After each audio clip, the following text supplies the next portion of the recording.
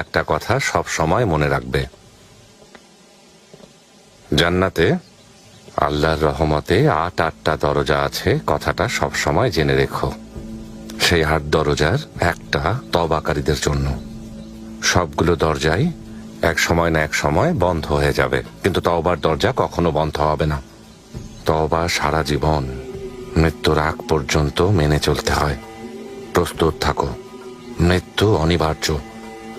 আল্লাহকে কখনো ভুলে যেও না, এটা নিঃশ্বাসের মতো, কথাটা সব সময় মনে রাখবে।